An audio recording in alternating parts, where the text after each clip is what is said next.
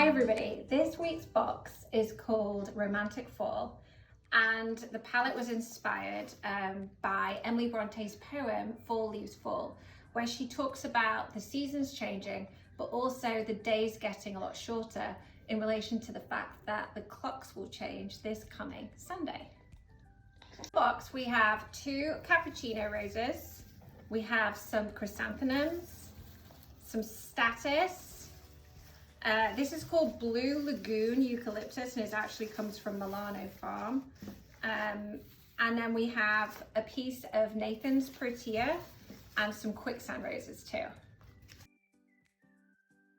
See that my Blue Lagoon eucalyptus has already gone a bit silvery. I've actually kept it out of water for a couple of days because I just wanted to see how resilient it was.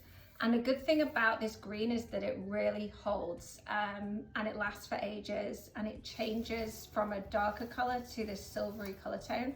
So one of the things you could do after the arrangement, if you keep the pieces a bit longer, is to make a little miniature wreath out of it and just put it on the mantelpiece. So what we're going to do is we're just going to use these pieces to build shape. If you have like a couple of pieces on one piece, just cut them into 2. Strip any leaves that fall below the waterline, and then you just want to make sure you've got a fresh end, so give the end a fresh cut.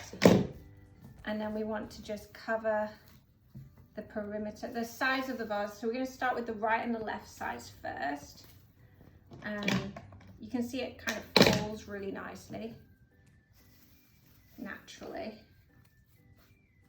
I'll just put those in like so. So I really love the softness after having a very strong, harsh palette with Halloween. It's nice to have a more gentle palette this week.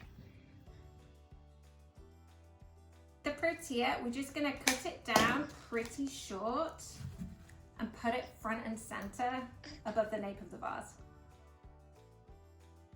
Roses, we're going to strip the leaves off the stem, remove the outer petals, and you can do this with the quicksand roses and the cappuccino roses. 1, 2, 3, 4, 1, 2. And then the same with the cappuccino roses, you'll notice they're a little bit darker, just remove those. And then what we're going to do afterwards is we're just going to add them in and around the Protea.